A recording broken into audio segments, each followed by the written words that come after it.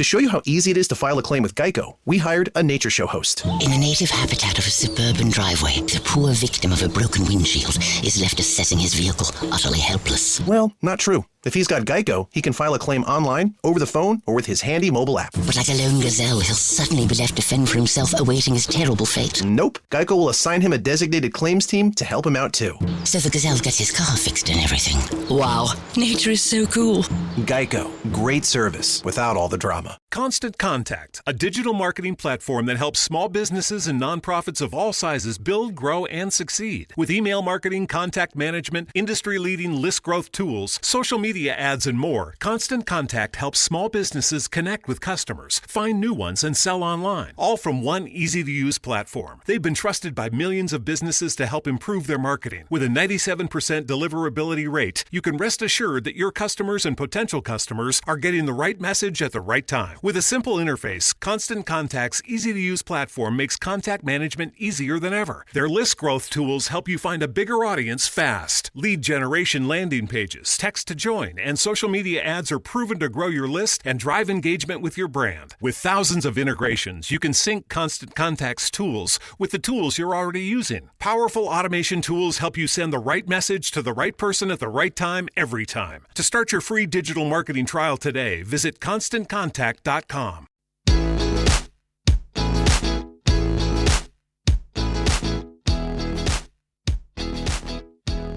Hello guys and welcome back. Welcome to season 3 of What's Up Doc, the true crime documentary podcast. As always, I am your host, Gemma Delaney. And as always, I am here to tell you exactly what is up with the latest, hottest true crime documentaries that everybody's talking about. As always, guys, you can find us on social media. We are at What's Up Doc podcast, and we are on Instagram, we're on Facebook, and we're on Twitter as well. So season 3 already. Where does the time go? If you follow me on social media, you will know that we've already done a complete rebrand ahead of season 3. So obviously we were What's Up Doc, the documentary review podcast, and we're now What's Up Doc, the true crime documentary podcast, which I think you'll agree reflects maybe just a little bit more accurately what exactly it is I do over here at What's Up Doc podcast. If you don't already, guys, make sure to head on over to Apple Podcasts where you can hit on subscribe. You can rate and review us as well. If you feel nice, I'd really appreciate it. Give an L 5-star rate and a nice wordy review. It would be much appreciated. But look, season 3, I'm so excited to be back, and I'm so excited to show you all the new true crime documentaries and the guests that we're going to have on this season. So I decided, after 2 seasons of going it on my lonesome, I was feeling a little bit lonely. So we have some just exceptional guests on this season, if I do say so myself. We have the biggest names in true crime podcasting. We have the biggest radio broadcasters in Ireland. We've got comedians, we've got celebrities, and I can't wait to bring you season 3 and let you hear what they thought was up with the latest true crime documentary. So guys, season 3, we're going to kick it off with, one of the biggest true crime documentaries that we've had in the last number of months. I am, of course, talking about American Murder, The Family Next Door. This dropped on Netflix, and it is the documentary documenting the infamous case of Chris Watts, the murder of his wife, Shanann, their daughters, Bella and Celeste, and their unborn son, Nico. So guys, without further ado, I want you to welcome my very first guest contributors to What's Up Doc. Guys, we have got Eileen and Charlie from CrimeLapse podcast. Guys, how are you? Good, thanks. Good. How are you? I'm good. How was your day? What'd you get up to? Absolutely nothing. God. Working. I was so deep in research from really old files. It was horrific. The handwriting was so bad. Oh, Jesus. The joys. No. Joys. And is this something that's upcoming? Can you tell us what it's about? Or is it all on It's Todd Kohlhepp. who was a serial killer in South Carolina. Oh, wow. You might remember a girl called Kayla Brown was found in a shipping container. Yeah. Yeah, and she told the investigators about other murders that he had done. He was convicted of 7 in the end. So I was going through his juvenile court record today. And a real piece of shit, is he? Oh yeah, his first conviction was at 15 for kidnap and sexual assault. Jesus Christ. Yeah. And when can we expect to hear this out then? When's this episode dropping? Oh, probably April. Nice. And Charlie, you said you were working today, were you? Yeah, I was working today. I not on the podcast though. Fired. I know, sorry. I'm a marketing consultant in my day job, and I just won a massive client, and I basically I was like, yeah, no, it was great, but I like good job, Charles, because then they thank you. I mean, you already know about this one, but well, then I like winning them because they pay their invoices really fast, and then I'm like, oh wait, I actually have to do the work now. I have to do the work. And I had to look like deep into their company today, and I was like, this is the best. So I now know that it's going to be quite a bigger job than I thought it was going to be, because I'm now rectifying mistakes instead of starting from scratch. So that explains why you're working on a Saturday as well. I was going to say, what the yeah. Oh, it's a 7-day week this week for sure. My gosh. For sure. You poor old devil. You poor old devil. Well, so guys, obviously, a couple of weeks ago there, I gave you the task of having a look at American Murder, The Family Next Door, which of course is the Netflix documentary that came out about Chris Watts. Eileen, go on, be honest. What was your reaction when I said it to you? Oh, I was like, at first I was like, oh God, because the Chris Watts case, I was just so fed up of it, because he's a family annihilator and they always get too much coverage. But with his case, it just went insane. Yeah. So the first time I'd watched it, I'd been so tainted against it, because I just had it in my head, this guy's getting way too much publicity. I loved your but honesty, the second though. time, I thought that was hysterical. That's why I'm bringing it up. I'm not berating you. I actually thought that was fucking gas, because you were like, I fucking hate that guy so much. And I was like, I do too. But I was like, just trust me. Watch the documentary. No, I'm glad I watched it the second time, because it's really clever. Yeah, it is. It's really clever. Just to go through the deets of the doc, obviously it's American Murder, The Family Next Door, and like I said, it is the story of Chris Watts, Shanann Watts, Cece, Bella, and their unborn baby Nico as well. The director then is Jenny Popwell, and Jenny has done previous bits and bobs, mostly kind of made for TV stuff. Interestingly enough, she also did you see this? Gypsy Wedding. She's the producer on it. God, I was only thinking of that today. That it's mad that before she had directed something that's perpetuates so much stereotyping, and then to go from that to kind of this, which makes you examine your stereotyping. It's good. It's a kind of good. Do you know how I found out to bring her about back? How's that? Mad is there's a TikTok page that is dedicated to My Big Fat Gypsy Wedding, and I got lost in a TikTok hole of My Big Fat Gypsy Wedding, and then I saw this whole thing about the director and how it come about that she started doing that, and I was like, I wonder if she does all the programs to do with My Big Fat Gypsy, School Life, and all of that came out. And I clicked on it, and the first thing that came was this, and I was like, is this a joke? I'm just about to watch that. Talk about it's mad. Talk about a span, or your spectrum.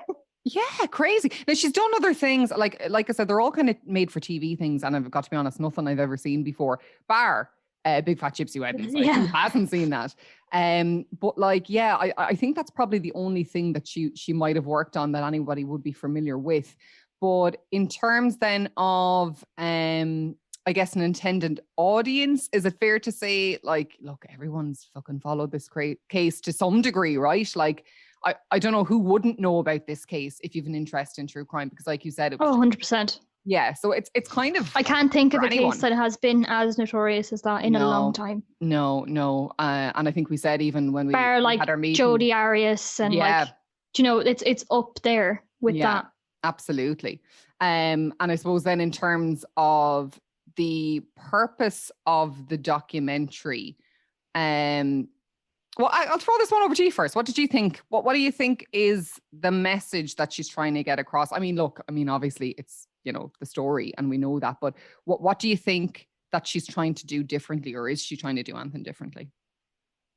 I actually think she's trying to show us about social media. I don't know if you two got that, but the more I watch it, because I think I've watched it 3 times now, the more I watch it, I pick up on different things every time I watch it. And one of the things that I found was where they show a lot of clips and snippets of Shanann's social media, they're showing there's this image of their family that they've portrayed.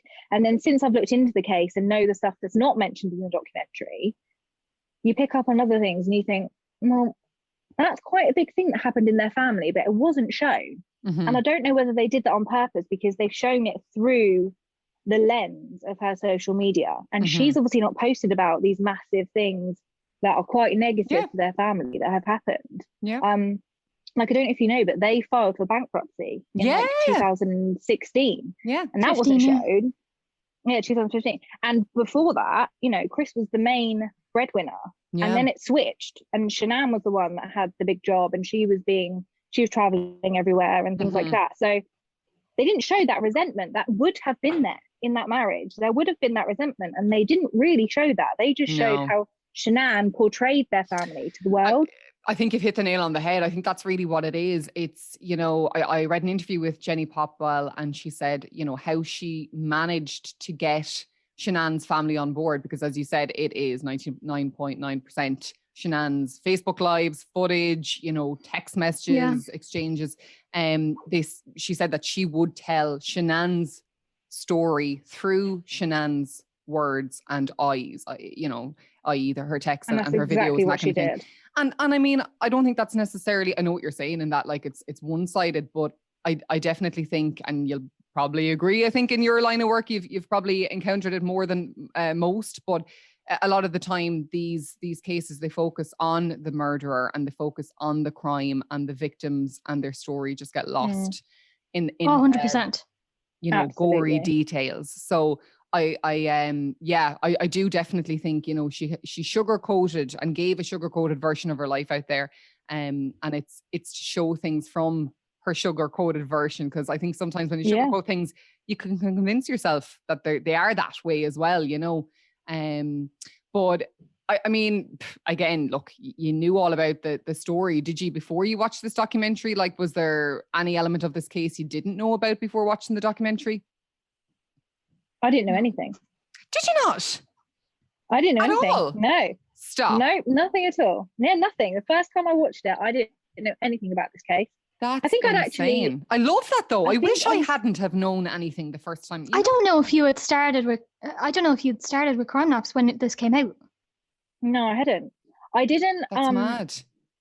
I know this might sound a bit ridiculous, but like the really high profile cases, they get like loads of attention. Unless I'm actually now going to be researching it myself, I don't like reading it because I know how warped the stories are. They get. I mean, CrimeLapse, we try to do everything from like victim focus. So pretty much what's happened with this documentary is what we try to portray, Eileen. Yeah. We try and get across like the victim. That's why I threw this one to you. I thought this is exactly why I gave this one to you, because I was like, this is exactly what you do in, your podcast, and that's what makes it so great, is that like you're such advocates for the victim. Thank you. But no, you aren't. That's what you do, and it's great, and that's why I was like, I think this is one they can get behind. I think they'll enjoy reviewing this. In terms of in terms of the, I suppose, the brief synopsis of the story, I didn't think there was any mad twists, because obviously I knew the case inside out. But then that must have been great then, Charlie, you watching it, because you're watching it with fresh eyes and you don't know the case. What I think is amazing is how they did this whole story without any need for like narration or contextualization. It's all like archival footage, like woven with all this social media posts, and it like brings it all up to like this precipice of feeling like, oh, this is so like tabloidy and it's so like fluffy, and then it absolutely just jolts you into reality that it's like yeah, this is all like the way they appeared on social media, but these are real people. Yeah, and it's I very think rare. that was good. It was really good. It's very rare Really to good. find a documentary that doesn't use like pieces to camera with like the people going, you know, looking down the camera lens. You know, we're a small knit community and we couldn't believe what happened until so-and-so moved into town. Like it's very, you know, those piece to cameras and those kind of rambly, preambly bits. It's very rare to find a documentary that doesn't do that. In fact, I think, I could be wrong, I think the only other documentary I've seen that has, you know, done like what American Murder has done is LA 92. I don't know if you've seen it, but it's just about the riots, Black Lives Matter and all that in LA back in 1992. And it's the very like same. Rodney King. Exactly. Very immersive. Very immersive. You feel like you're physically there. Your heart is racing. You feel like you're hiding behind burning cars with them. You know, it's great. It gets the juices flowing definitely. And it's you know, and I think we need that as a public then as well, because probably we've become quite desensitized to these stories. So that's what directors have to do, is find new ways 100%. of telling these stories, right? I do think I think they've done it so well. Fresh Eyes, there was a twist, because I actually think that watching it, I feel like it was set up to begin with for you to kind of not really like Shanann.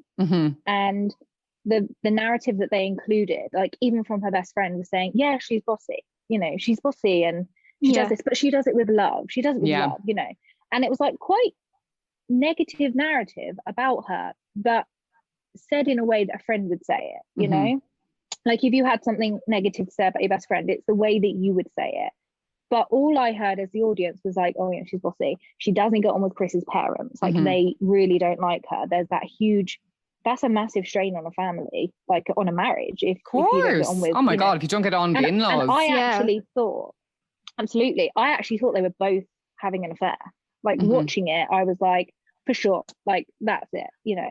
And so the twist for me wasn't what actually happened, not the actual crime, because I did call that from early days. The twist for me was that, you know, actually what I thought was happening wasn't happening. Yeah, I think that was purposely done. I'm so jealous that you didn't know what was going on. Done. Absolutely. Yeah. No, I know. It gets you to like re-examine your own bias, but from the way that like it starts making a person think about Shanann, because that's exactly what happened. Like that's exactly how she was treated, from people just jumping to conclusions about her. Yeah. And then I mean, changed. That is often the case. And like, look, we've had a conversation about that before, about just like how the media does portray women as well. Like it's and even, you know, victim or not, like it doesn't seem to matter. Like, you know, murdered, kids murdered, you know, and look, I don't think I'm giving away any spoilers here. Like I said, 99.9% of the public know about this case.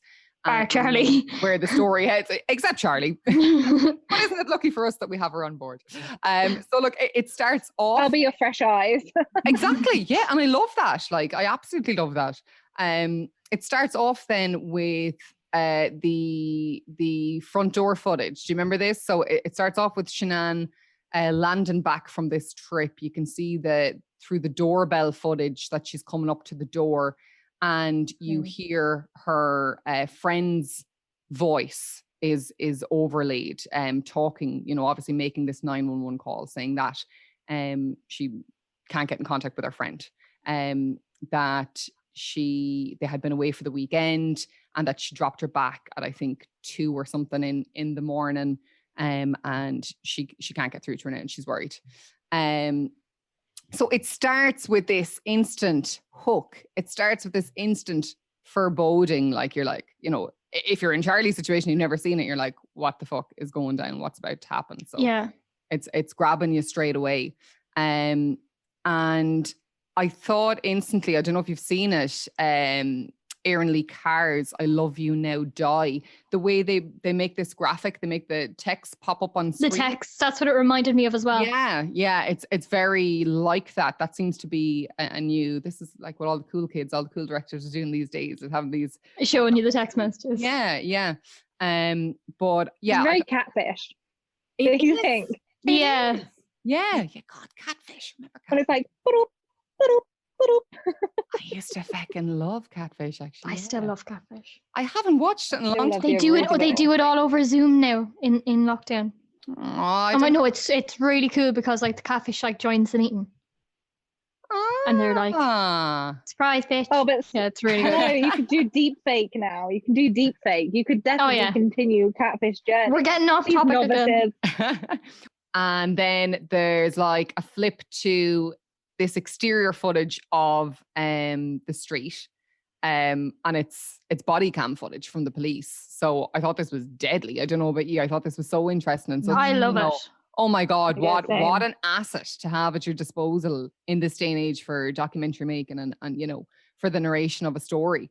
And What are the chances that they would have their cameras turned on yeah, and when they never do when they do something wrong? Oh, that's a whole other podcast. Put that, We'll get put you that back out, on Raw. that episode. Put that out, or I'll get all the ACAB haters coming. All the Trump supporters. We'll get you back on for that episode. People will send me death threats, don't They fucking work when they want to, don't they? But yeah, Nicole obviously is this friend, Nicole Atkinson, who says that she dropped Shanann off at 2 a.m, that she's now heard no response from her, that she's very concerned because obviously she's got 2 kids. And that What a friend. She was distressed all weekend. She She's emphasizes that. amazing. Yeah, absolutely. She's my favorite character. My favorite character is the neighbor. I was just about to say, the Oh, neighbor he's was amazing. a hum. That is one of the polygrapher as well, but the neighbor is him and the God, I totally polygrapher. forgot the polygrapher. Yeah. My favorite. Amazing. My favorite. That he like waits and calls the guy back. Oh, amazing. Yeah. Sorry, Gemma. Like, Getting ahead of this ourselves. is weird. This is weird. This Yeah. is weird. This is Yeah. not But- okay. but And to I was be- like, oh, tell Do you me think more. he's a bit of a couch sleuth though? Has he seen these shows? Does he? Definitely. I think he is. Immediately, Well, he you was know what like, was gonna he's get him not in the acting like documentary. himself. He's He's not. like he was out on the balcony, and when the cop was looking in the back door, like he was out on his balcony, like Yeah. when the cop was like, "Have you seen your neighbor?" And he's like, "No, why?" Mm.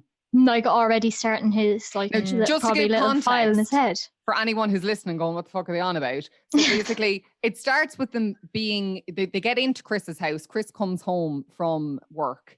He's concerned as well. He said he's been texting her, looking for her, looking to where she is. And he gets to the house. He kind of frantically runs around room to room.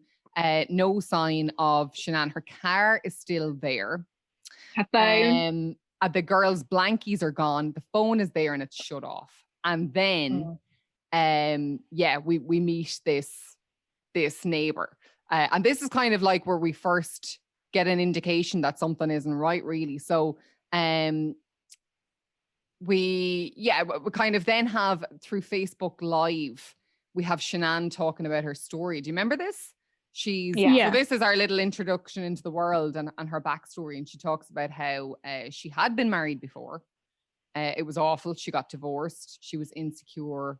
And then I think she throws herself into like building or buying this house. And she's only like 25, like Jesus. She Yeah, I flipping a could house, not isn't it? Yeah. imagine owning a house, buying a has house at 25. goals. Amazing. Yeah, crazy. And then she's diagnosed with lupus when she meets Chris. So he adds her on Facebook and he kind of just, absolutely love bombs her and he's, all about her. And she, in her own words, I think gives him every out that she possibly can because obviously she's sick and she just doesn't feel like, either she's able for a relationship after the divorce or health issues, whatever. But I don't think she felt like she was worthy of it, did she? She's very insecure. Yeah. And I think even though she's done these amazing things, she's like, hang on, I'm sick and I've had a divorce and I've got this baggage. Yeah. And it's really sad. It is sad because she's so fucking young to be thinking that she is baggage, or that she has, you know what I mean? Yeah. But then, like you were saying, Eileen, the neighbor comes in. So basically we go through that. She says she gave him an out, she's pushed him away, and then it has this footage of Chris, again from a Facebook Live, playing with the girls, the daughter, Cece and Bella, and then back to the body cam of the police. So you can talk me through this then, step by step, what happens. This neighbor explaining that he has a camera outside focusing on the art. So the neighbor like tells the cop, "Oh, I have a camera that points at, Chris and Shanann's house." So they go in and he's got it hooked up to the telly showing the footage, and Chris is kind of standing beside the telly, not watching the footage, like he's not watching to see if Shanann I came out thought at any that was point. shifty. That if It I was. hadn't He was known what standing going on. and when he was kind of like being distractive, he was talking, he was like starting to talk more, whereas before he was just like Arms walking across around his the chair. house. Yeah. And kept Yeah. like shifting from like crossing his arms to putting his like Foot to hands on his foot. hips either. Then an ad flashes up on the telly of a baby in a womb, a fetus in a womb, and he's like, "Oh, and she's pregnant. She's pregnant. She's 14 weeks pregnant." And then And this is the first we hear this, like. yeah. So like he hadn't said that, like immediately you would have said, she's pregnant, she's missing, she's pregnant. Also, when he says that, properly like eyeballs side to side, like his eyes are literally like swinging from left to right as he says that. He's like, "Oh, like 14 or 15 weeks pregnant, by the way." Like it was just like a little throwaway sort of like, "Oh, just FYI" sort of thing. That would be like one of the first things you say. My wife, my two kids, my pregnant wife and my two kids. It wouldn't even be like an afterthought. It would be like, you'd like to think it would be like my wife's pregnant, she's missing, and my two kids as well. Yeah, absolutely. You'd imagine it would be the first line. I know obviously he didn't make the call to the police. People react in different ways, and often their reaction to something like this is what people use to like, measure their guilt. And it's often like people who don't cry at the right times or when you expect them to. They're like, people are like, it's immediately guilty. People do react different ways, and that's fine. It's not an indicator of guilt, but he was just saying things in a weird way. He was saying them at weird times. And then when he leaves, the cop kind of hangs back a little bit, like waiting for him to walk out. And he's like, "Oh, I'm just going to talk to him, get his details in case I need to call him about the neighbor." Chris leaves, and then the neighbor like whispers, "He's not acting right. Like there's something off about him. He's never chatty and fidgety." And the cop is like, "Oh, really?" Like, and then the guy calls him back and is like, "Watch the footage again." And they watch it, and it's Chris's truck backed up to the garage, and the light comes on, and that's about all you can see from the distance that it's shown. And he's like, he never parks there. He never pulls in, because Chris had been explaining, "Oh yeah, I just pulled in to get my tools because there's been robberies lately," and blah blah blah. And the neighbor's like, he never ever parks there. He's always parked on the street. I loved as well the way the neighbor, like, Chris kind of goes to him for confirmation. He goes, "Isn't that right?" And the neighbor's like, "Oh yeah, yeah." And then the minute he's gone, he's like, "No, he's talking shit." Like he's talking. Yeah, he's a fucking liar. He's going along with the story in front of Chris, not to throw him, not to, alarm him anyway. And then he's like, "No, that's bullshit. He never parks there. Never parks." It was he knows him that. and the friend him and Nicole, the Shanann's friend, are like this documentary's Body and John. They're like the two from like Don't Fuck with Cats. They're the body moving and John Green absolutely in this one. The neighbor and the best friend, amazing. And a litany of memes just like Body Moving and John Green, like that emerged from that scene as well. Now I'm going to throw in a little bit of a curveball, right? And it's necessarily, it's not necessarily anything to do with anything, but I feel like it needs to be addressed because it was massive in the true crime community. Massive. And whether you're into a conspiracy theory or whether you're into the paranormal or whether you're into like, people from beyond the grave, I'm not personally, I don't rag on anyone who does. Your beliefs are your beliefs. But that scene, oh my God, on every true crime forum, group, support page I'm on, they lost their fucking shit. So step by step, what comes up on that screen is, first of all, as you said, Eileen, it's a fetus inside the womb. And then immediately afterwards, it's like this skull in a black liquid that looks like oil. And like I said, the true crime groups went fucking ballistic over this. They were like, "Oh my God, how freaky is that?" Because obviously we now know what happened with the family and how their bodies were disposed of and all of that kind of thing. And they're like, is this a sign from beyond the grave? Did you see any of this, by the way? Is this news to you? Yeah. No, I've seen it. And people also did the same with, there's a part at 7 minutes 24 seconds or 34 seconds when they're upstairs in the house, you can see someone move in the girls' bedrooms. What? Yeah. I did not know this. Yeah. Oh my God, Gemma, put it on right now. I will, because even though Oh my God. I always say I'm a skeptic, I'm an atheist, I don't believe in anything like that.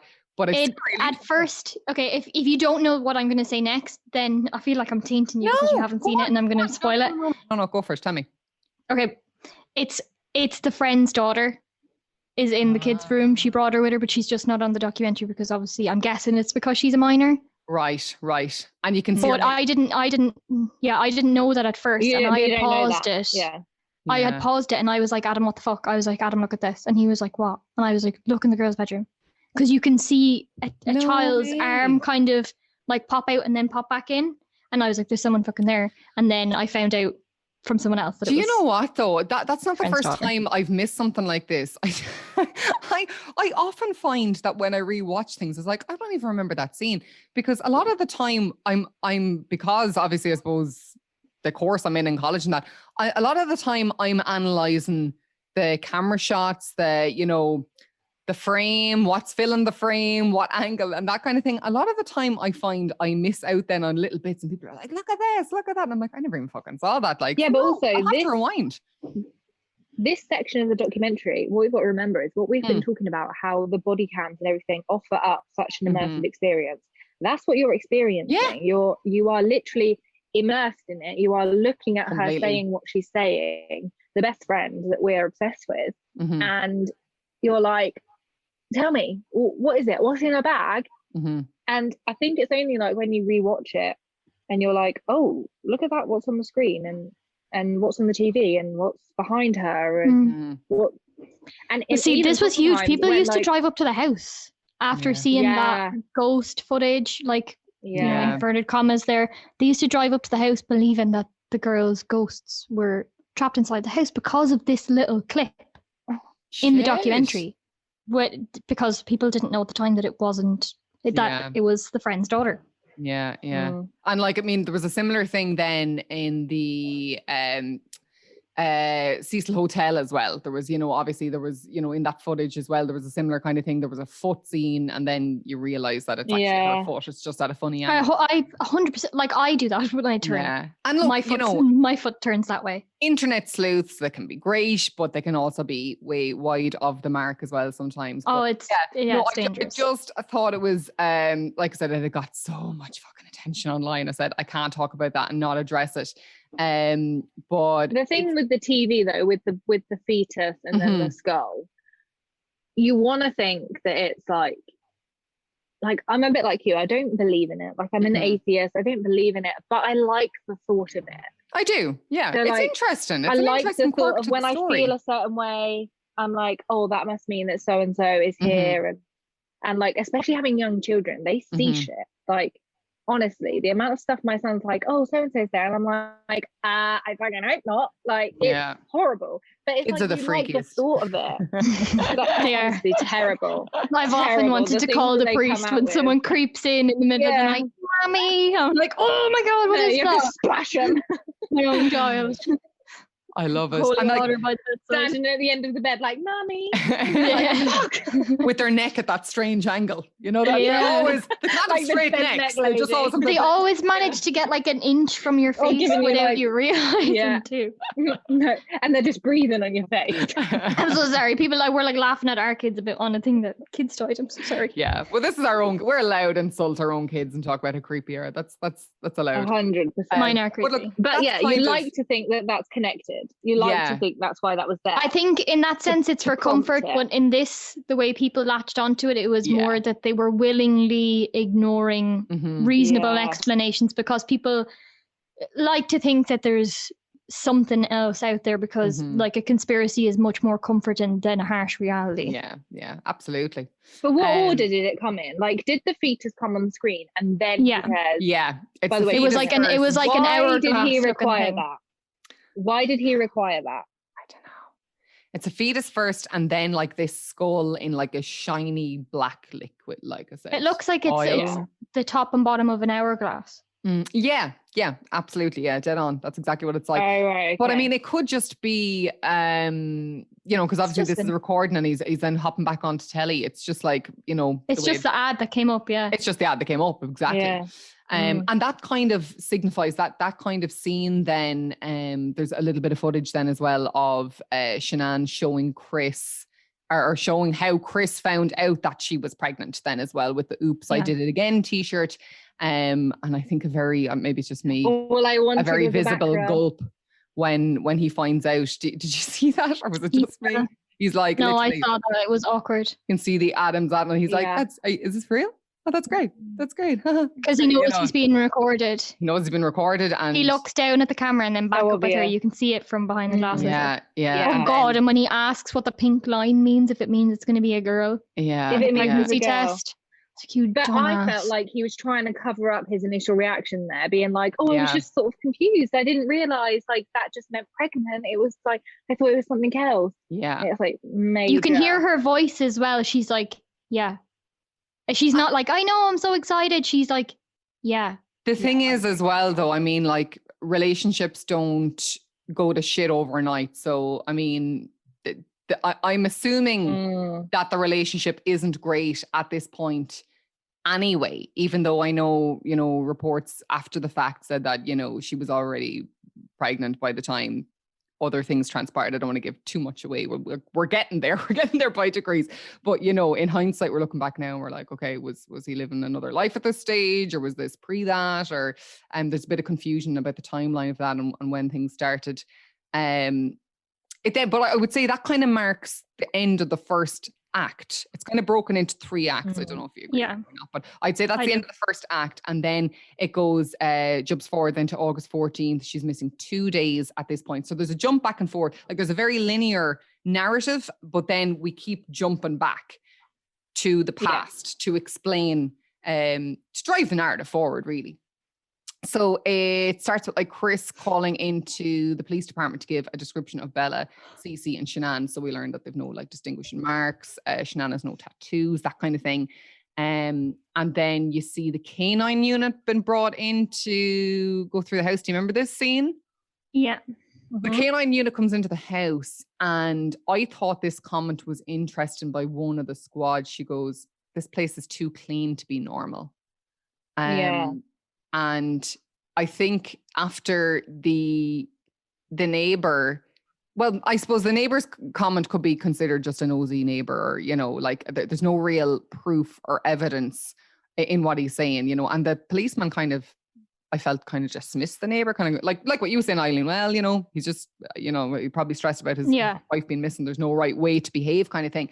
But I felt that when a member of the canine unit came in and said, "This place is too clean to be normal," for me, that was the first time I kind of went, okay, this doesn't look good. Because we know that he's just been left alone all weekend with 2 girls. Yeah. Like, there's going to be glitter on the floor. There's going to be like cupcake wrappers or whatever. There would be some semblance of the house being lived in. Yeah, especially 2 toddlers. It also 2 small children gives an indication that from the get-go, like, the authorities were just not buying this, really.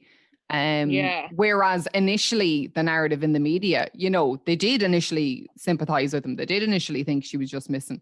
And it wasn't until obviously, things became clear to them that narrative changed. But it seems, well, from my observation anyway, you might not agree with me, but it seems like that, people among the force were pretty much from the get-go like, no, smell a rat. Something's dodgy. Oh yeah. Yeah, definitely. I agree. Yeah. And then you have the interview footage with the press where he says that they had an emotional conversation, but not a fight. And then it cuts and still to acting really awkward. And still acting really awkward. But it cuts then instantly from that clip to the police interview footage. So he's brought into like a room, and the policeman is like, this is the first we've heard of this. You were talking to the press and you said you had an emotion. So was there a fight or what happened? And again, it's like with the pregnancy, isn't it? It's like, why didn't you mention this before? Why are these now these bits of information coming out? Or when you heard that, what did you think? because he's constantly having to be prompted for stuff. Like the press say to him, "Did you have a fight or anything?" And then he's like, "Or you mean, emotional words were sort of exchanged or whatever." And then when he's if talking it's about the pregnancy, truth, he it has to all be comes out prompted at to once. tell But them. it's like, yeah, he's You sort of constructing learn the it, don't story you? as he's going. As he's going nearly. It's like, He's making it up on the fly. And in that sense, and then he's trying to remember as well. Yeah, what have I said? What haven't I said? Yeah. He just sort of pauses, doesn't he? And he's like, well, you know, like false confessions where they go, you know, did you kill her? No. Did you kill her? Why did you stab her? I don't know. You know, they give them this information. Yeah, they feed them information. Yeah. And it felt the same. Coercing him into saying it. Exactly. That like, it's, you know, somebody says something and he's like, oh yeah, that's what it is. And then somebody else says, you know, did this happen? He's like, oh yeah, that's what happened. But that type of thing comes into play a little bit later in the documentary. It does. I think exactly we're talking about the same thing. I was only thinking of that earlier.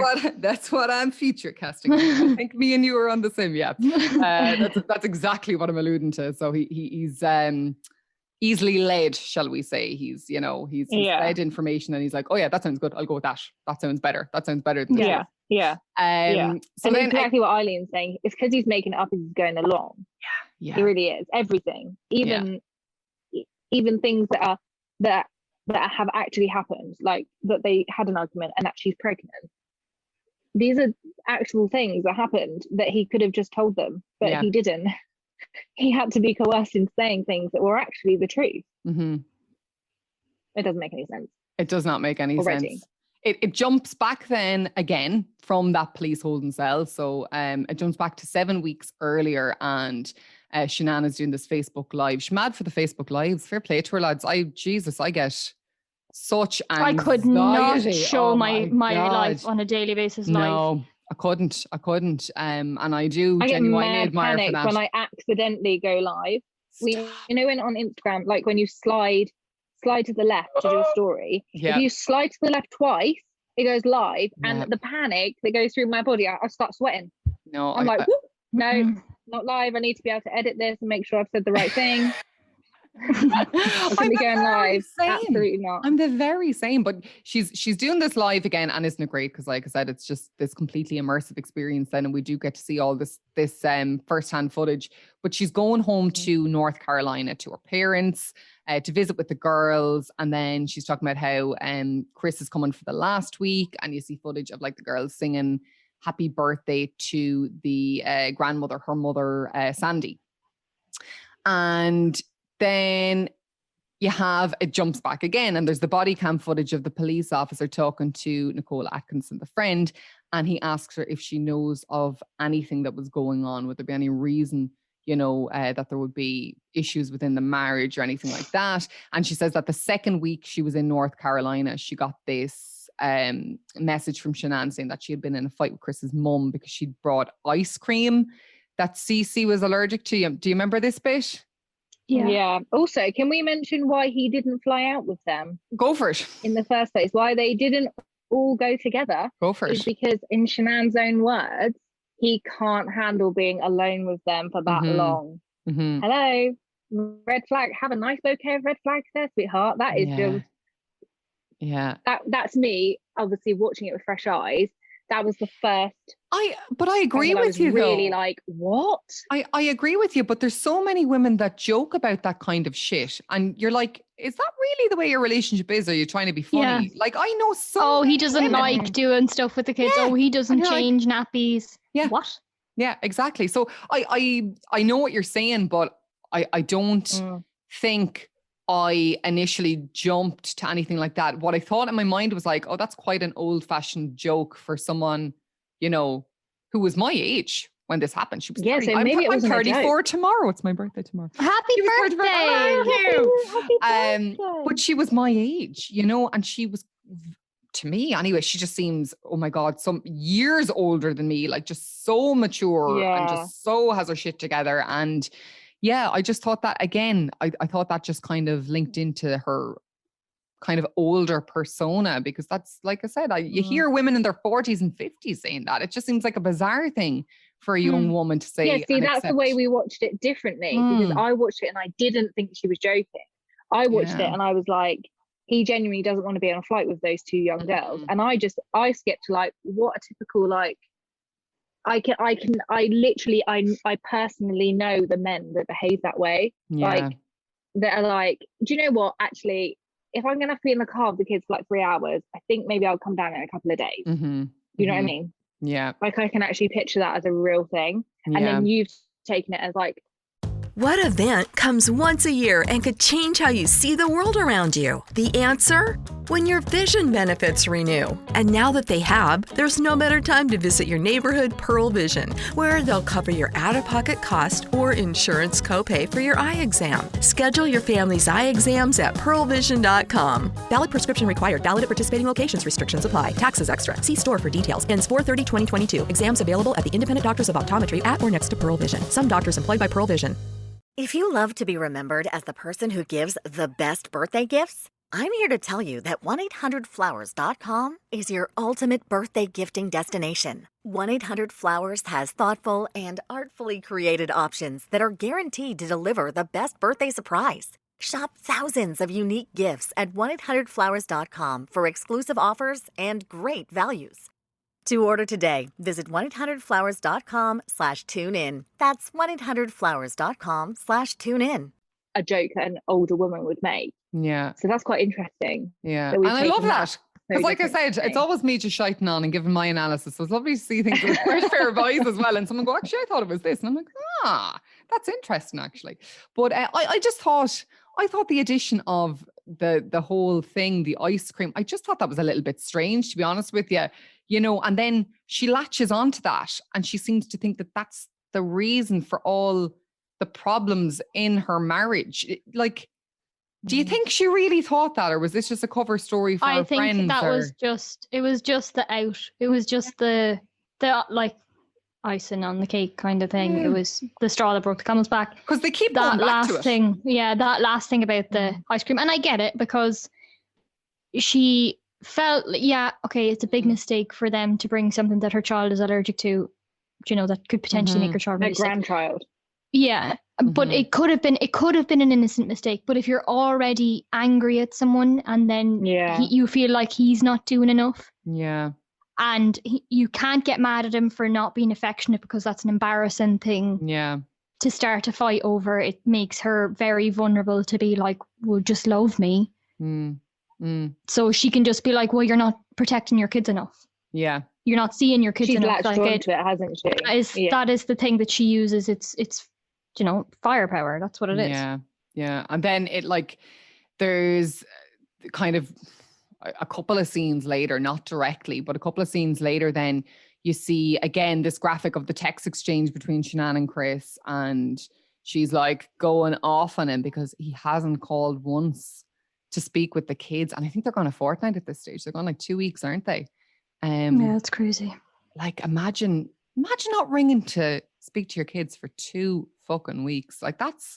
My partner wouldn't be able to go like a day. He goes to work and he rings them on his lunch break. Yeah, it's insane. And like you were saying earlier, Charlie, I feel like, there's a bit of misdirection at the start of the documentary, in that you think they're gonna kind of push this narrative that the media did, like, oh, she was the domineering one, the dominated one, you know, or he was the dominated one, I should say, and that, you know, as if, you know, complete victim blaming, as if this was somehow then something she deserved. But I felt that there was a real turn in the documentary there, and, you know, you can see that she's just desperately trying to sort this out with her family. Like, you know, she can't believe that he hasn't contacted kids for 2 weeks. And he's... The one that really broke my heart was when she messaged him and was like, it switched, didn't it? Where she goes from talking about the kids and then she says, like, I thought you would have missed us. I guess not. And I was like, oh, that really hurt my heart, because I was like, I think we've all felt like that at some point, haven't we? Where you're like, I don't mean that much to you, do I? And for this to be your husband, that really upset me. Yeah. Because I was angry, first of all, for the kids. I was like, God, I'd be furious. Like, if that happened to me, I'd be saying way more than she was. And I would not have let it go on as long as it did. I would have texted him after 2 days and been like, sorry, where's You're not going to say goodnight to your kids, you know? Yeah. But when it switched and it was like, I guess not sort of thing, Yeah. I just felt like that was really, she was like, she almost gave off this narrative of like, she was like defeated. Mm-hmm. Do you know what I mean? Where it was a bit sort of like a, I guess not, you know? Yeah. It was like it switched. She was really angry. And then it was, I personally felt like she just was like, well, you know, I guess not. And she's really pregnant. She's pregnant as me. well. Yeah. Like that, you're so Pregnant. full of hormones and emotion. You feel unattractive enough and, you know, lacking in confidence enough and self-conscious enough without having to doubt your marriage, your relationship as well. And I feel like she kind of nearly thought she was going crazy. She was like, is this all in my head? Is this really going on? Because, you know, he kept going like, you know, no, I miss you. I'm so sorry. And Well, I think it's with their different personality little bit of types as well. gaslighting. Yeah. Well, like like as soon as a woman says something, I'm not getting like all feminist, but as soon as a woman speaks up, like, and calls something out, she's kind of seen as like aggressive and like, okay, calm down. It's not that big of a deal. You're overreacting. Mm-hmm. But like, she wasn't overreacting to what was actually happening. Chris was just kind of doing it without having to say anything. It was actions. It wasn't words. So like, her words were not as sharp as what he was actually doing. Do you know? Like, she was just saying things because he was making her feel really vulnerable, really alone. But I think as well, she was probably quite emotionally mature, as in she wanted to talk things out, and he was just like quite immature, like how a teenage boy like, would nothing's approach it, like, happening. nothing's happening, everything's fine. Don't know what you're talking about. Yeah. Like he just or I'm sorry, just to try and like shut it down rather than talk it out. He's like, sorry. And I she think needs to hit him with the, what are you sorry for? And then just wait. So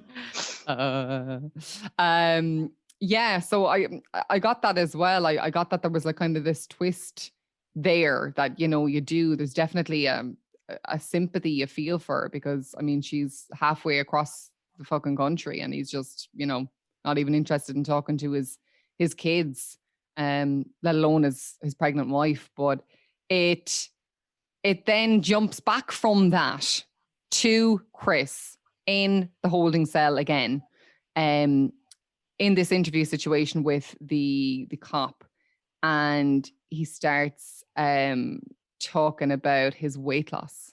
Do you remember this? Yeah. The interviewer is like, you know, you look good. I've seen old pictures of you. You know, you've lost a lot of weight. Sometimes that means there's a woman involved. You know, this kind of alluding to a relationship, and it then jumps from that to Chris doing this talk about relationships. Do you remember this kind of little presentation? Yeah, where he's talking about like how to fix problems in relationships and stuff, about talking it out and stuff. If you haven't already, that full video is on YouTube. Go watch it. Is it? Go watch it. Oh, I haven't seen it. Yeah, because I think that kind of even solidifies a little bit more the emotional immaturity.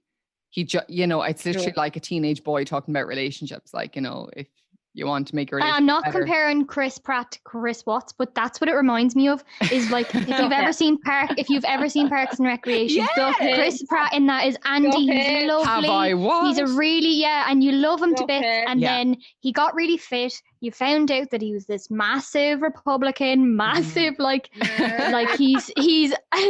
homophobic a bit. He's like, you know, all these bad things come out about him after he got fit. He left Anna Faris. Like, you know, that's what happens. Like, if your fella starts getting fit, then kick him out. I don't want to hear this. Dad bods for life. You know I do. Just stop it, please. So I love it. We're up to the polygraph. My favorite. Oh, my favorite. We're up to the who wants to take it then? I'm not doing it. Go on. I've shited on for long enough. Over to you guys. Oh, she's so good. Talk us through the polygraph. My favorite part is because she goes, like, there's one person, I'm not quoting it properly, but there's one person in the room who knows the truth, and in a few minutes there'll be two of us. Yeah, and I think her. that's just like so straight away from that line, she has him shitting He's himself. like shitting. Yeah, and it's obviously really like condensed. A shitting dog. Yeah, it's really condensed, but it's powerfully condensed because the actual polygraph would have been hours and hours long. And she's like, breathe. Over 5 hours. Breathe. Yeah, And you he's need just to like- breathe because you're going too bad. Yeah. And I saw that Chris had failed. His score was -18 and -4 indicates a lie. So, spoiler already, he lied. Really failed. He like. really lied. Yeah, so like she knew from the first answer. So because I'm not being funny, but during the polygraph, he referred to the girls in the past tense. And you can see her face. I picked up on that as well. I picked up on that as well. She just sits back a bit, doesn't she? Yeah. It's mad. She sits back and she's like, come on. Come on. Just come on. What they're not coming home, are they? Come on. No, come on. You can tell me. And she starts trying to talk to him like his mate. No, You know not what I yet. mean? Not until that Wait, other what? interview. This is just the do you mean? polygraph. Spoilers. Yeah, oh No, shit, yeah, you're right. She comes back in. She's a detective, but she just She happens comes to be back, the doesn't she? polygrapher. Oh, you're so Yeah. right. You're so right. That's it. Saved you. yeah, Power of okay. editing. Yeah, God, thank God. So he refers to the girls in the past tense, and that's when Yeah. she's like, "Come on, breathe." Yeah. But She's amazing. it then they're doing the polygraph, and then it says, what was it? If you I'm trying to think of the exact quote. Yeah, you kind of summarized it there, Eileen, but she's like, you'd have to be really stupid to do this if you didn't have anything to do with this disappearance or something like that. She's laughing with him. Which I just found so unnerving. She's like, oh, this is great, fair play to you. You wouldn't sit here and have a polygraph, would you? She's like, I mean, come on. there's no way you'd be stupid enough to fucking... her hand on his shoulder, which is like, can either come across as like comforting or like, I fucking know what you're at. Yeah. Because she's like, you know the truth, but in a minute I'll know the truth as well. Like, so he's immediately like, fuck. She's got me. She's gonna have me. It jumps from that then back as it does. So the timeline is hopping back and forth the whole time. But like I said, I think it works really well because it's just kind of, it's a break from the heaviness of the actual investigation.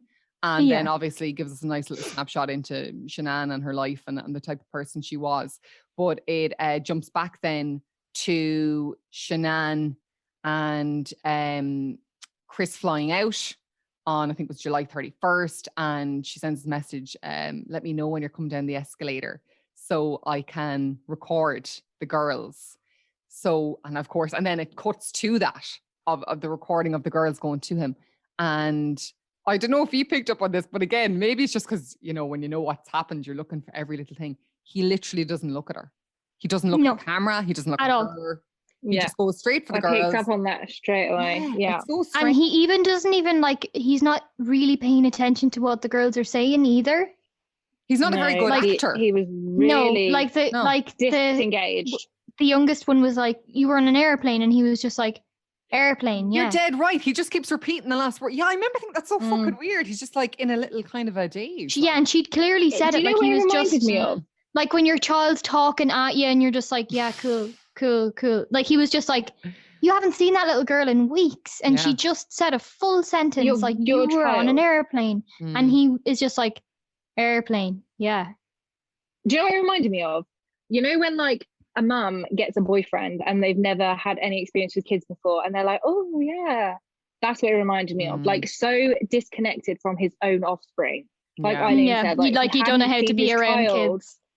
You would crazy. You would be like, oh my god, it's you, and you just, of course you would. You're so small, and you're so cute, and after growing so much in the last few weeks, I know, and like smothering them in cuddles and kisses, and he's just like, cool, yeah, get me out of here. Like smelling their little heads. No, stop. Without makes it even warning, sadder because we know what happens.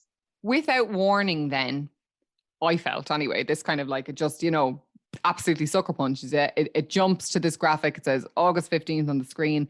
And we see this woman in a police holding room talking to an officer.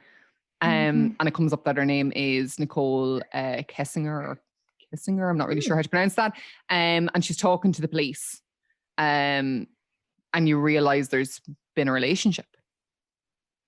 A nice big smirk on her face as well. Yeah, it's so, at I this just point. thought that really, you know, I know, don't get me wrong, like I'm not a complete idiot. I know in the previous, it was like alluded to.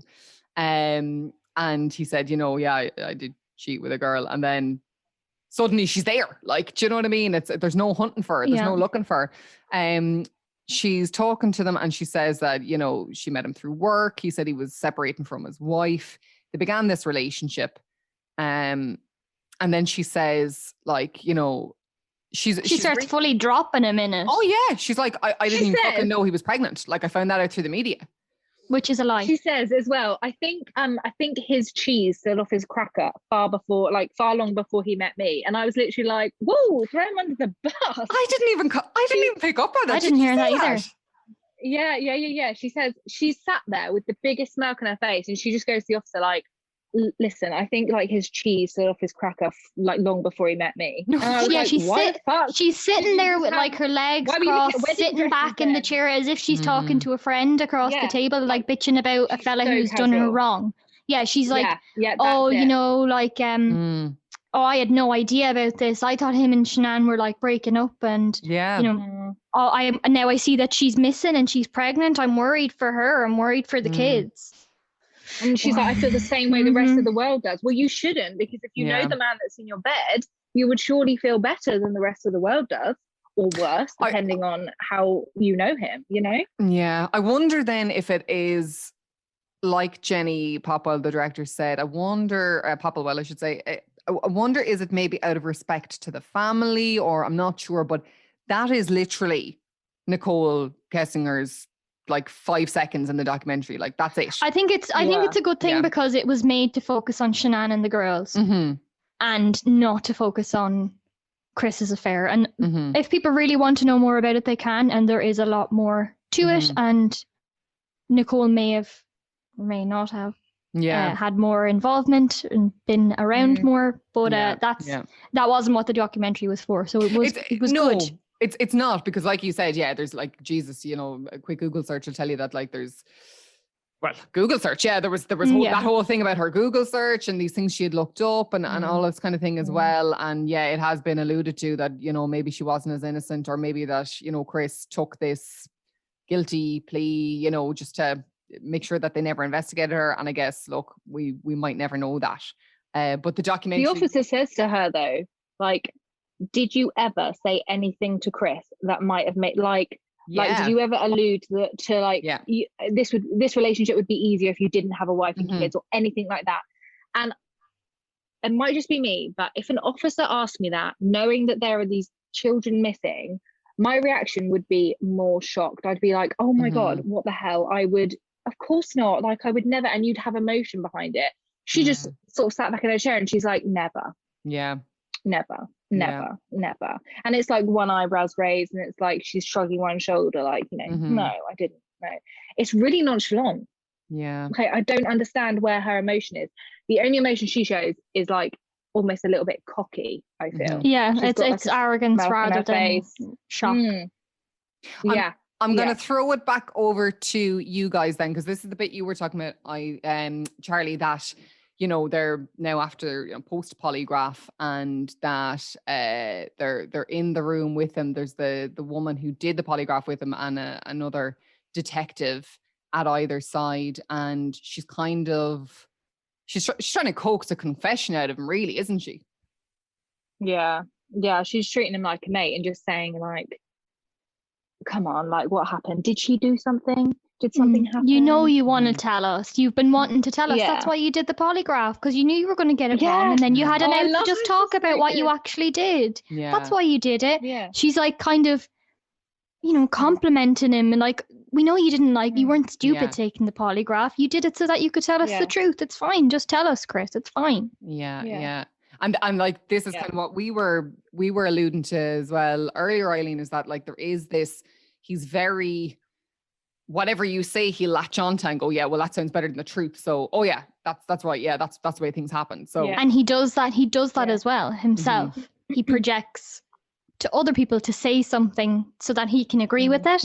Like he kind of alludes to something so that they say it, and then he'll be like, yeah, but he knows what he's doing. He's planting that idea on purpose. Yeah. In their head, Like, yeah. when they bring his father in then, because he starts getting really upset. I just want to talk to my dad. Mhm. I've been in here for hours. I just want to talk to my dad. And you can see at the different clips, you can see the clock moving in the background. He's been in there for hours. Yeah. Yeah. And it like anyone would break down at that stage. So they were like, they obviously knew that they had him close. So they were like, yeah, we'll bring your dad in. They knew it was still recording. Something about your dad's here. He's really upset, because he's seen the news and he knows what's happened and he knows that you've been in here. He just wants. Yeah. And your dad's your best friend, isn't he? Yeah. Your dad's your best friend. Yeah. You want to talk to your dad. Of course you want to talk to your dad. Of course that's going to get him for you. And then you can tell him while this room's still bugged. All right. Yeah. So they bring the dad in, and the dad is sitting down there, and Chris is crying, and he's like, what's going on? And Chris is like, I've just been in here for so long. And then he starts saying, I messed up the polygraph. Not to say like they know I'm lying. He's careful about what he's saying. He's saying, I messed up the polygraph. The dad is like, well, what? Like the dad is kind of just like, doesn't know what to say, but is still trying to comfort his son. And Chris is like, well, I had to do it. And the dad is like, what do you mean you had to do it? Like, he's trying to say it without saying it, isn't he? Exactly. He's trying to get the idea into his dad's head. Say it for me. Exactly. He's trying to get his dad to say, what, Shanann killed the kids? And he's like, yeah. Because they already planted, didn't they? They were like, did she hurt those babies? Yeah. Did she hurt your babies? And you felt like you had to protect your babies. It's justifiable. Yeah. Yeah. So that's what he starts doing. And he starts getting his dad to say it. Hurting your babies. And then his dad starts saying babies as well. And that's the worst thing, because his dad's like, she hurt the babies, like both the babies, both the girls, both the babies, she hurt both the babies. And then when he's like, and then you hurt her, because Chris knows obviously the cause of death, and that what the cause of death is going to come up. When he's like, did she strangle them? And Chris is like, and he's like, smother them, and Chris is like, kind of like, you can see his head moving, that like to let his dad know he's getting close, and he's like, they were blue. Yeah. And he's like, okay, they were blue. So that means that it could have been either strangulation or smother. And he knows what he's doing. And the dad is kind of like, obviously duped at that stage into believing what Chris says. And again, it's a really childish thing, isn't it? To like, I'm not going to say the words because that'll make it real. You say it. Like, he's nearly getting. Yeah, it's like when you've done something bad when you were a child and you don't want to tell your parents what you done, so you're just like you're going to get a smack anyway, so you might as well just say it. Like until they say, did you do this exactly? Yeah. They say it for you, and then you admit it. Yeah. But he purposely he was leading his dad to try and implicate. So bad to his dad in that scene, because that must be so hard, because he's just lost his grandkids as well. Like that's when he realizes that they're not coming back. No one's going to find them, and actually, his son's also done something really bad. It's just, what a horrible situation to be in. And also, not only that, but he's made you say it. He's made you come to this conclusion for him. Like, finding the right person for the job isn't easy. Just ask someone who hired a lounge singer to be their office receptionist. Hello, this is Mickey Marquis, and you've reached the office of Doug & Associates. Thank you very much. Catch me Tuesday nights at the Hotel Johnson. Hello? But if you've got an insurance question, you can always count on your local Geico agent. They can bundle your policies, which could save you hundreds. Doug & Associates, this is Mickey Market. Hello? For expert help with all your insurance needs, visit geico.com/local today. Plan ahead this Valentine's Day with 1-800-Flowers.com. From first dibs on great deals to the best selection of Valentine's Day roses and guaranteed delivery. Don't wait to wow. Right now, 1-800-Flowers is offering 24 assorted roses for $39.99. Or upgrade to 24 red roses for $10 more. Get right to the romance this Valentine's and find the way to wow with 1-800-Flowers.com. To order, go to 1-800-Flowers.com/tune-in. That's 1-800-Flowers.com/tune-in. Such a horrible situation to put the dad in. Obviously, the officers knew what they were doing. They knew that he would be able to speak with his dad like that. But to put the dad in that situation, that was really emotional to watch. I found that really emotional, because the dad was like besides himself. The emotion, like the emotion has been building up all along, and then it really feels just massive there. And then I felt like, and you might not agree with me, but I felt like that the documentary moved at lightning speed then after Oh, it this. was so quick after It just that. like blink and you're done. Like they have the truth now. They're not going to, stick with Chris's story any longer, because obviously they have the truth now of what has happened, and it moves at just like incredible pace then after this.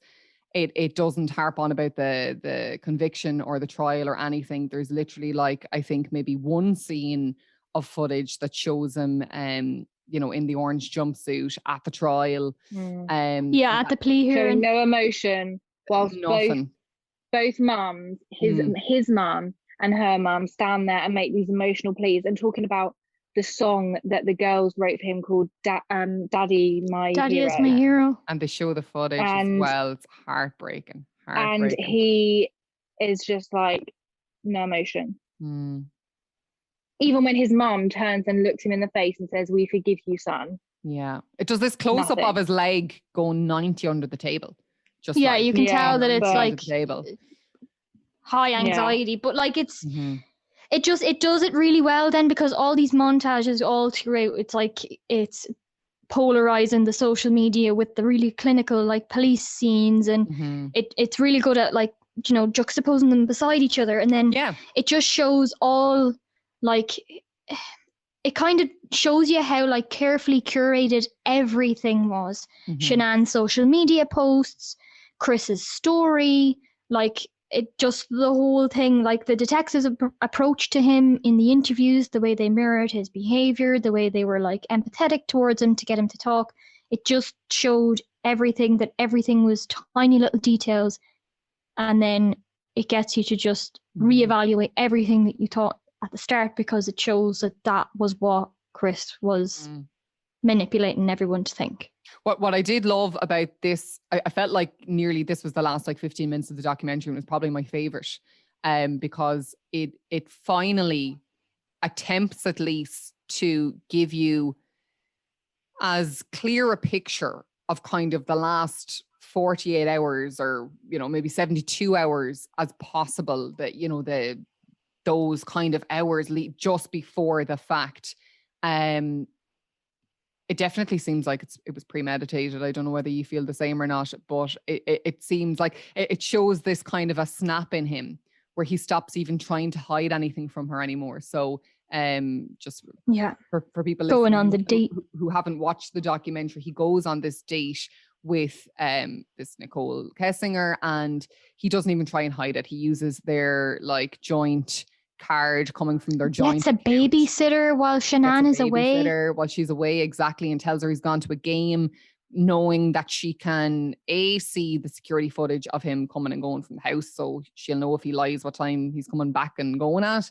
She sees everything. She sees when he leaves the house because of the doorbell. She sees when he comes home. She knows how far away the restaurant is from their house. Like, she knows. She checked the menu because it showed on the credit card as like $60 odd. And she was like checking how the would menu he eat that much food on his own away.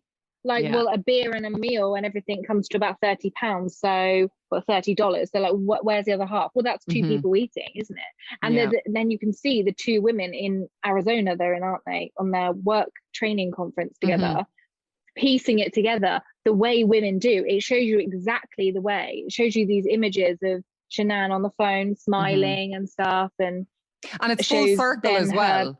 Because the documentary started with her coming home from this trip, and now we're back to her on this trip. This is what's led up to, this starting shot where you're kind of like, what's going on? Like the prequel. Exactly. So she was and on she this knew trip. she knew that Shanann was coming home to confront him about like, where the fuck were you this weekend? Yeah. And it which says, explains why she was desperately trying to get hold of her a matter of 3-4 hours after she dropped her at a door. Because she's like, look, did you speak to him? What's going on? And then she's not contactable. And as she said at the start, she was distraught all weekend because obviously she knew something was going on. She smelled a rat. And then there's this little moment as well. I just thought it was so sad. And it's just thrown into the mix as well where, I think a graphic flashed up on the screen that says the day before the murders. And it's like a text from Shannon saying, you know, I have belittled him. And then another message, you know, I've told him before he needs to grow balls. And she's blaming herself for the demise of her relationship. She's, you know, saying, well, I'm difficult to live with. And, you know, he puts up with me. Yeah, and her saying like, I'll be civil with your mom. And that letter she had written that letter well, before she left. Yeah, I miss everything about but you. But that is like insecurity. Is you start like being like, oh well, I would hate me too. Yeah, like I must be so bad. I do this and I do that, even if it's justified. Like she's just come to that point where she's just like, okay, well, like I get it. I get why you don't love me, and he doesn't give her anything.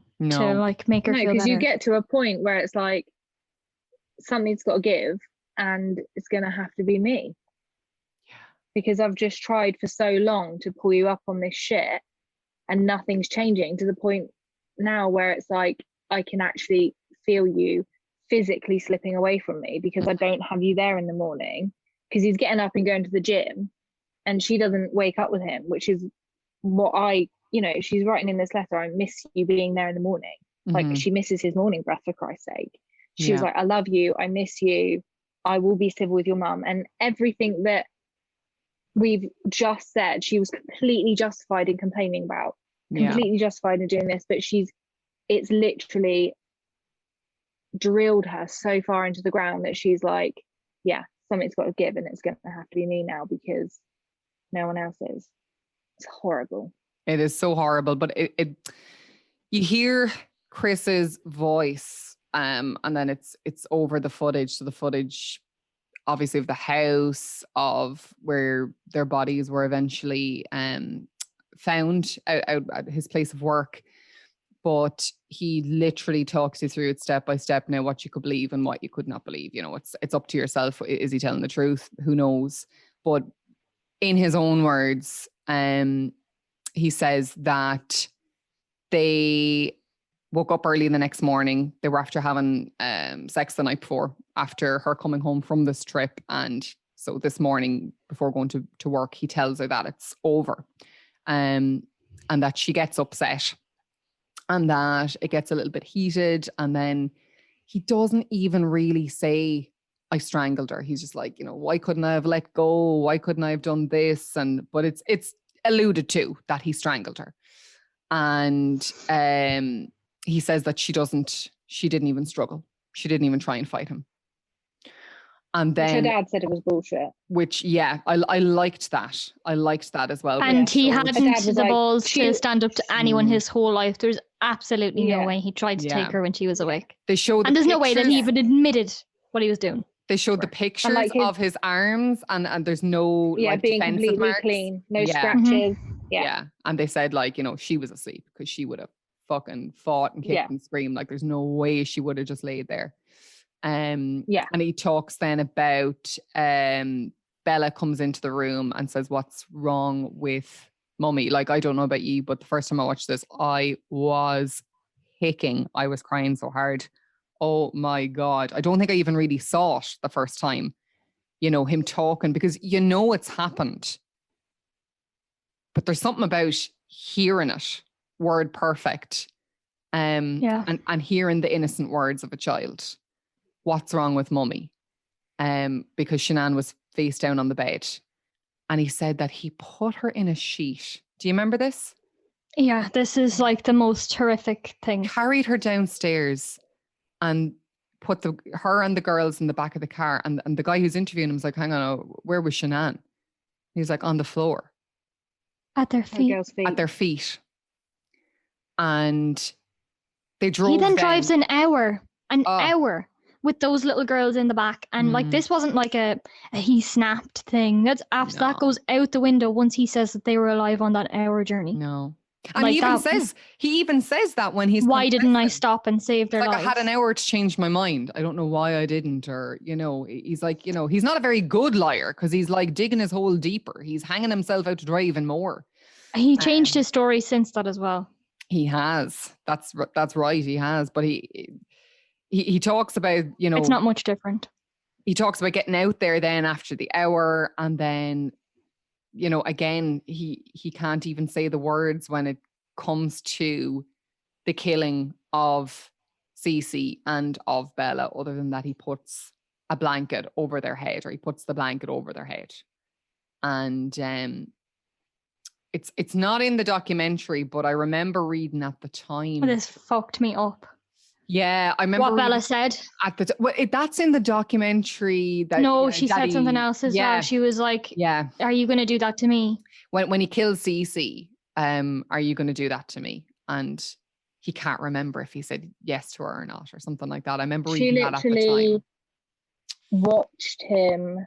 She had to sit with her dead mummy at her feet for over an hour, and then probably watch him bury her, and then watch him kill her sister, and live with that, just be there with that fear. Fucking hell. There was so many. She's like, what happened to Cece? Are you going to do that to me? Yeah. And then proceeds to put those little girls into an 8-inch hole in an oil tank. An 8-inch hole. Yeah. That's what got me, because I thought that can't, when you see them measuring it and you see the evidence photos, you think it's evident on their bodies. He's done what? He's rammed them into that. Yeah. Like, he buried Shanann, right? So what I don't understand is what went through his mind at this point to think, do you know what? Instead of just making this hole ever so slightly bigger and burying them with their mummy, I'm just going to force them in an 8-inch hole. And then after doing it to one and knowing how traumatic that must have been, to then be like, yeah, I can do that to the other one after killing. And then go and work well. there he went to work there the next day at that same site. And remember this, that he placed all these calls after doing this. So he rang the school to unenroll them. Leaving the site. He rang the fucking realtor to sell the house, and he rang the girlfriend to talk about the future. Yeah. 3 calls were tagged after. That was, it said a number of calls, and those 3 calls were mentioned. So I don't know if there was even more than that, but Didn't he also call Shanann as well? He had been texting her once he knew that the friend was there, being like, where are you? Are you at home? Yeah. Yeah. Knowing that those messages would please be there. Yeah. All this shit. Please be there. Yeah. Yeah. It kind of finishes up then with the actual sentencing, like we were saying, you know, this footage of the mums talking with their victim impact statements, and his leg is going 90, and he's asked if he wants to speak, and he declines, thankfully. And the judge said it was the most inhumane and vicious crime that he'd ever encountered. And it is the way that he disposed of those little girls. Yeah. And the way that he made them sit with their mother's dead body for an hour, knowing that he was going to do it. It's just sick, isn't it? It is sick. I don't know about you guys, but the thing that gets me about this case every fucking time was there was so many points along this decision making where he could have stopped and said, no, this isn't, you know, even after killing Shanann, there were so many points at which you could, you know, you could even say then after he didn't have to kill the girls. No, and even after killing Cece, when Bella was like, "Daddy, you can do that to me," he, you know, there was a chance still there to, you know, save one life. He didn't have to push them through 8-inch holes either. No. So many points. And the thing is, the other thing as well is that if he did do this for this life that he wanted with his mistress, this what doesn't make sense. Like, if you walk out on your family to go and be with your mistress, 9 times out of 10 you will be left alone, because people will think you are such a piece of shit that you won't have to see your kids anymore, because someone will take that decision away from you. But he doesn't want to be seen as a piece of shit. Live your life. so just decides he wants to be seen as a murderer instead. I know. He did. Yeah, He like, was just. he wasn't even clever enough. Isn't it? It's not childish logic. I know, really. that's what I mean. Yeah. That's what I mean. And you'd think as well, I agree. I do agree that it was premeditated. So you 100%. Think that he would have come up with a better, he would have spent that weekend planning it instead of going out and seeing his girlfriend. Mm-hmm. Do you know what I mean? It was like premeditated to the point of, that's what I'm going to do. Well, you know, he said after in a book, Letters from Chris Watts or whatever it's called, that he had smothered the girls when they were asleep and then strangled Shanann, and then the girls woke back up. Which is a Chris, like you know what I mean? They came back from the dead. Chris, what? Oh, Chris. They walked in and they were bruised and confused, and then he brought them out and killed them at the site. So he's saying that he smothered them and they died in their beds, but they didn't actually die. He thought they were dead. Yeah. How does he think that's better as well? Like, so you killed them twice?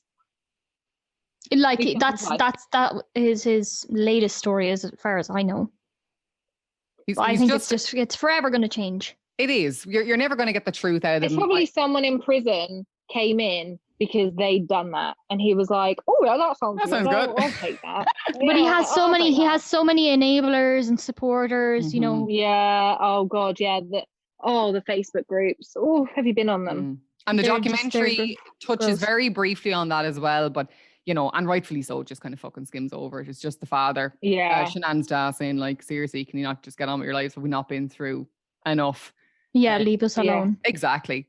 Guys, look, this documentary, it got 7.2 on IMDb. I always think IMDb are very, very, very tough taskmasters when it comes to true crime documentaries. They rarely get over like 8, be very rare occasions. So 7.2 is you know, a fairly solid mark in IMDb land, and 85% on Rotten Tomatoes. Do you think they're fair marks? What did you think?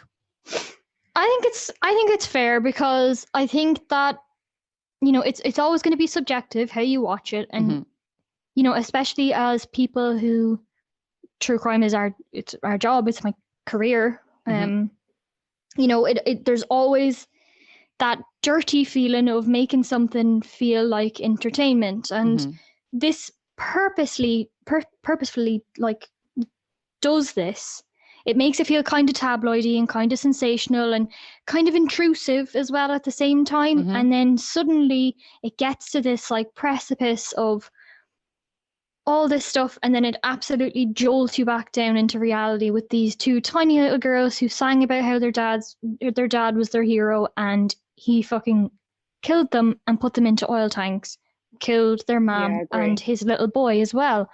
So like it's good because it shows you also like the grossness of true crime. It like, what's the word? Exposes it.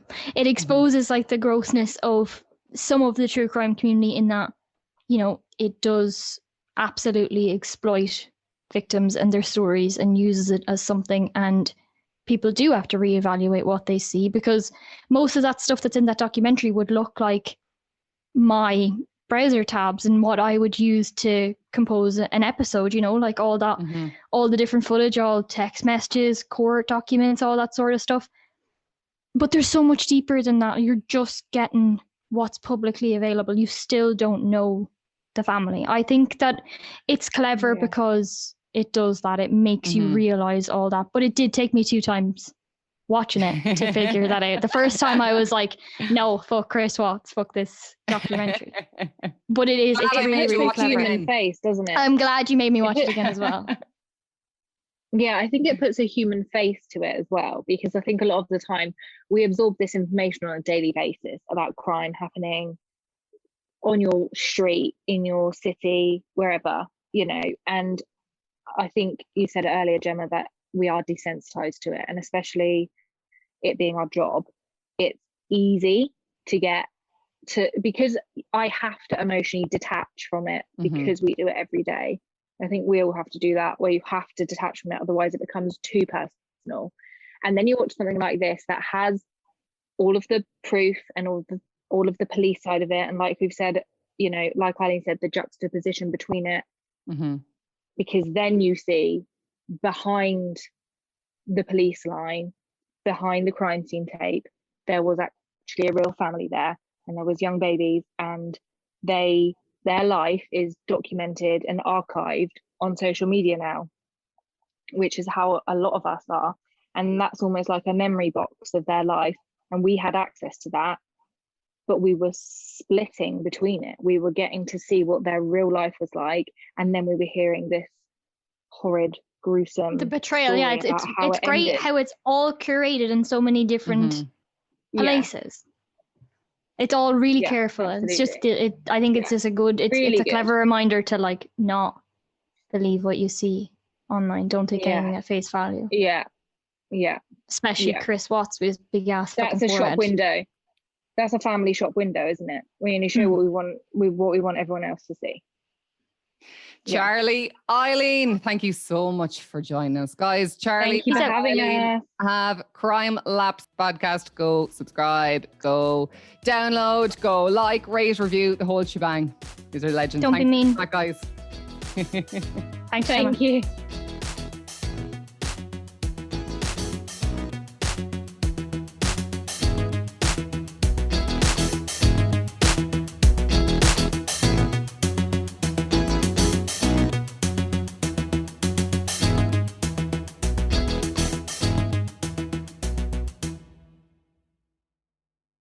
If you're struggling with alcohol or drugs, Recovery Centers of America can help. The holidays are over, the new year is here, and the time to act is now. Expert private care at Recovery Centers of America will get you on the road to recovery today. At our award-winning and fully accredited treatment centers on the Eastern Shore and in Southern Maryland, you will be treated with compassion, dignity, and respect by our dedicated team of professionals. You will also benefit from specialized programs, 24-hour medical care, and the comfort of our outstanding facilities.